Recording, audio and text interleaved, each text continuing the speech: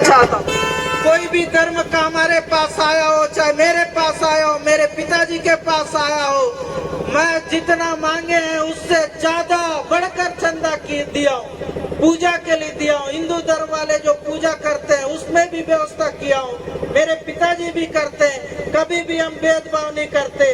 लेकिन कुछ लोग वोट के लिए धर्म को सामने लाते, उनके चाल और चेहरा को समझने की जरूरत है।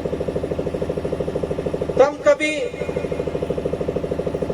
वोट के लिए धर्म की राजनीति नहीं करते। हमको सिर्फ और सिर्फ सुकमा कैसे आगे बढ़े, सुकमा के लोग कैसे एकता के साथ रहे, भाईचारा के साथ रहे, ये हमारी सोच रही है। यहाँ कोई राजस्थान से आया, कोई यूपी से आया, कोई उड़ीसा से आया, क्यों आया? क्योंकि यहाँ व्यापार हो, अपना जीवन यापन करने आया, कोई आपस में लड़ने नहीं आया। इसलिए सुकमा की उन्नति और तरक्की के लिए आज आपको वोट दीजिए।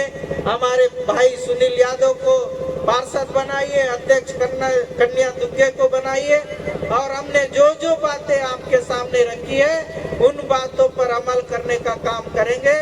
यदि अमल नहीं करेंगे तो दोबारा आप वही, मैं फिर से दोहरा रहा हूँ, फिर दोहराना नहीं चाहता था, फिर से दोहरा रहा हूँ कि हमारा कोई पैसा नहीं है कि हम नौकरी कर ले, कोई बिजनेस कर ले। हमारा काम है राजनीति करने का। एक छोटा सा, अभी कितना साल उम्र है मेरा, 35 साल का हूँ। हो सकता है कभी विधानसभा लड़ना पड़ जाए। अगर मैं झूठ बोलकर चले जाऊंगा तो फिर आप विधानसभा के समय वोट मांगना होगा तो आप लोग दोगे क्या? इसलिए मैं आपको विश्वास दिला रहा हूँ, यदि मुझे चुनाव लड़ना है तो आपका काम करूंगा, और धमके के चोट पर आकर बोलूंगा कि भैया आपका काम किया, मुझे वोट दीजिए। अगर नहीं करूंगा तो आप मुझे ये जो कार्यालय बस्तर बटालियन कुछ लिखा है वहीं से भगा देना, इधर आने मत देना। ठीक है, धन्यवाद, नमस्कार। आपको शिकायत का मौका नहीं मिलेगा। हम जो बातें बोल रहे हैं वो उन वादों को पूरा करेंगे, और धमके के छोड़ पर 29 में भी वोट मांगेंगे और कांग्रेस पार्टी को जिताने का काम हम जरूर करेंगे। बस आपका प्यार और आशीर्वाद की जरूरत है।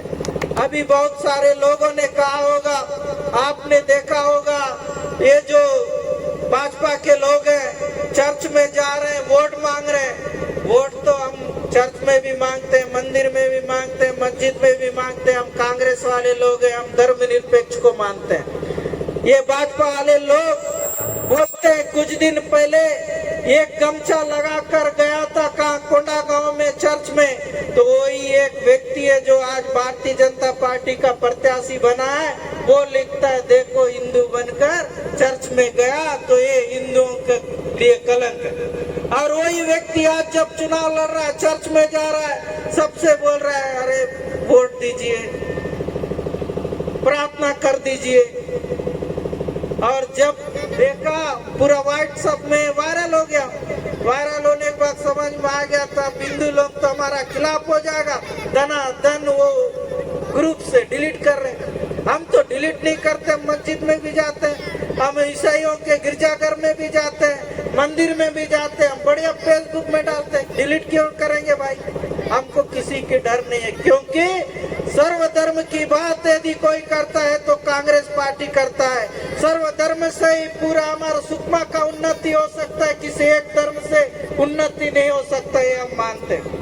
अगर कोई बोले कि सिर्फ हिंदू धर्म को मानता हूँ बोलोगे तो आपको वोट देंगे, तो मैं ऐसा कभी नहीं बोल सकता। मैं सभी धर्म को मानता हूँ, मैं ये बात बोल सकता हूँ, क्योंकि सारे धर्म के साथ मिलकर ही हम काम करेंगे, तभी आगे बढ़ेंगे। इसलिए मैं कह रहा हूँ कि सारे धर्म का जो भी कार्यक्रम होगा उसमें कांग्रेस पार्टी का अध्यक्ष, कांग्रेस पार्टी का पार्षद उसमें मदद करेगा, और 25,000 रुपया साल में जो भी काम